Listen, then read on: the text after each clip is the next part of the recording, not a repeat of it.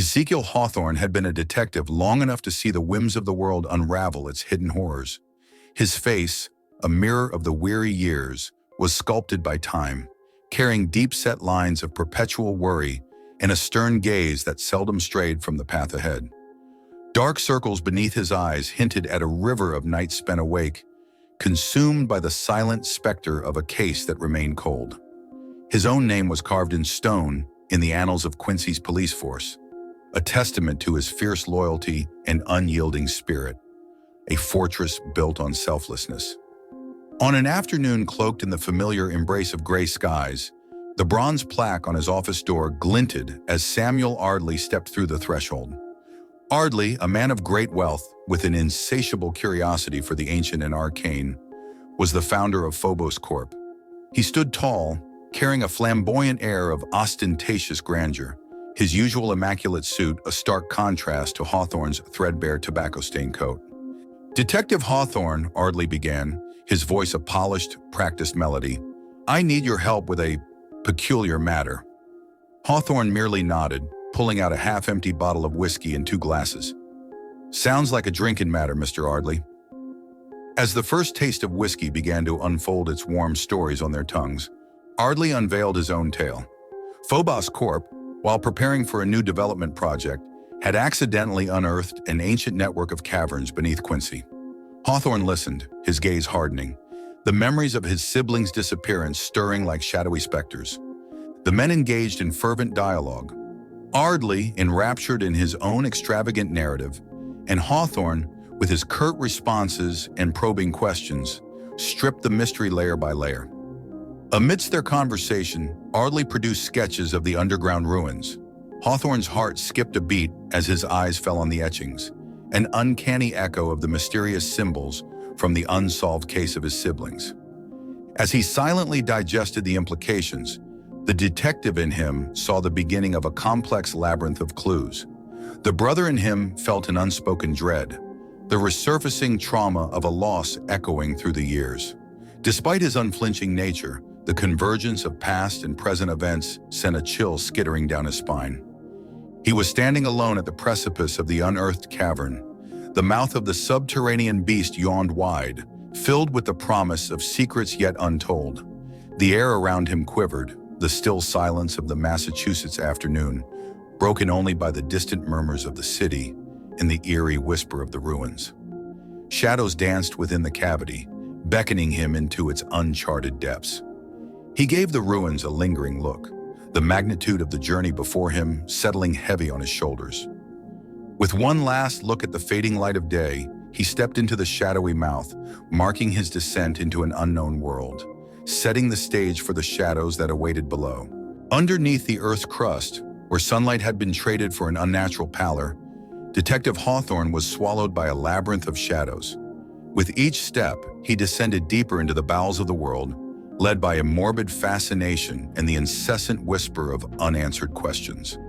The tunnel's damp walls bore alien symbols, ancient whispers frozen in stone. They reminded him of the symbols from his siblings' case, echoing the solitary clue he had been turning in his mind for years. It felt as though the cold case was breathing again, shuddering to life in the ominous confines of these forgotten chambers.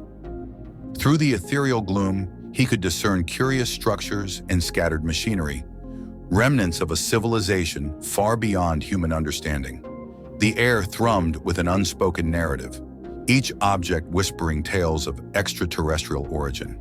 He felt a strange kinship to these mysterious relics. Like him, they were out of place, lingering somewhere between revelation and obscurity. As he ventured further, he encountered employees of Phobos Corp, their faces lit eerily by the flicker of lanterns. They were silent specters in the grand tapestry of the subterranean world, but something was amiss. Their eyes held a vacant gaze, their words a chorus of fragmented sentences in a language he didn't understand.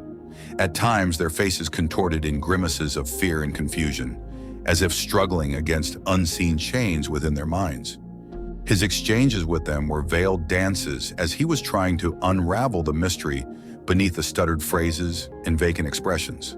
Their reactions only served to fuel his suspicion, creating an uneasy backdrop to the relentless march of his investigation. Deeper down, he found himself before a subterranean lake. The liquid mirror was a tranquil body, its surface untouched by any earthly wind, mirroring the ancient glyphs on the cavern roof. As he peered into the inky black water, his reflection danced on the surface, distorting into an entity far from human. Its eyes bore into his, its gaze filled with an intelligence that sent a shiver cascading through his bones. He staggered back, his heart pounding an erratic rhythm against his ribcage. The serene silence of the lake was replaced with a cacophony of unspoken fear. Was it a trick of the light? Or had he gazed upon an alien entity ensnared in the lake's depths? His steadfast resolve wavered, a spark of madness flickering at the edge of his consciousness. He retreated from the lake, its liquid mirror imprinted in his mind. A haunting echo of the otherworldly entity seemed to follow him, lurking in the shadows.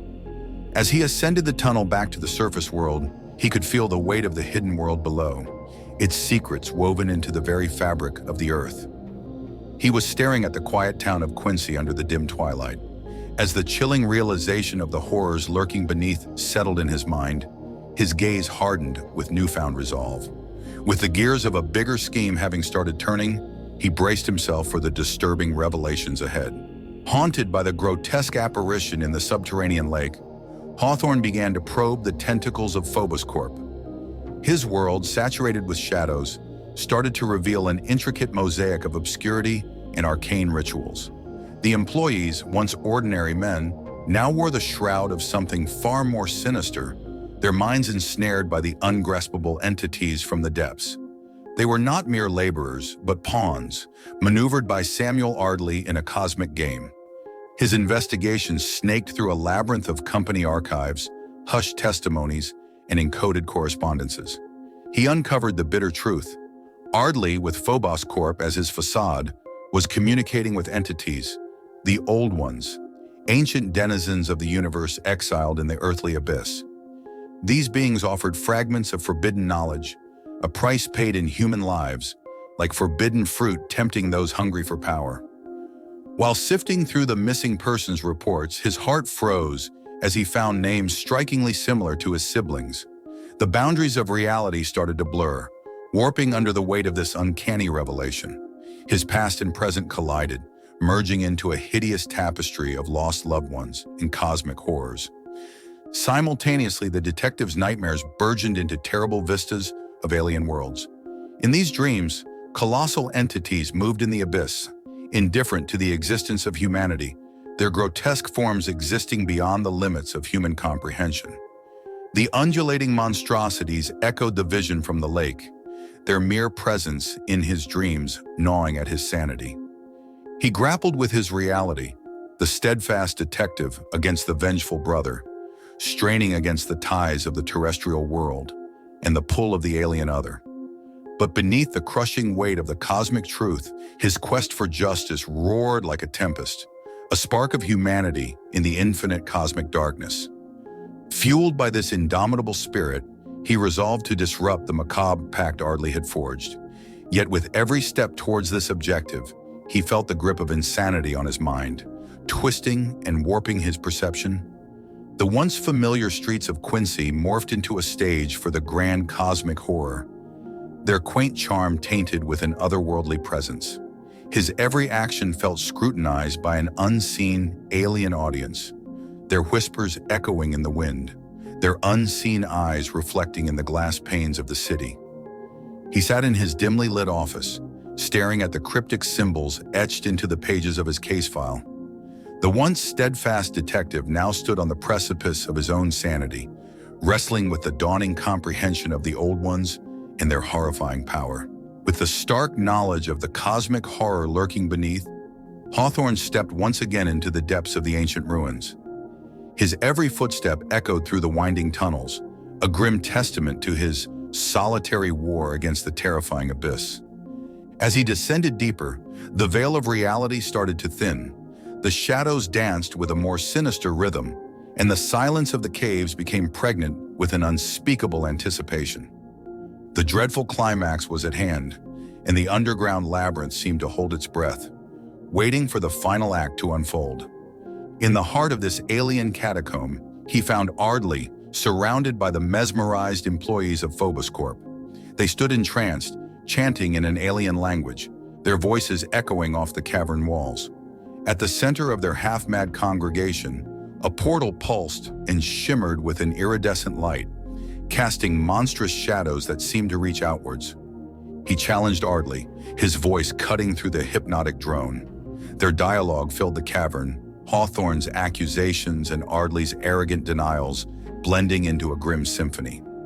Ardley reveled in his delusion of power, but in Hawthorne's eyes he saw a man lost to madness, entrapped by the unfathomable allure of the Old Ones.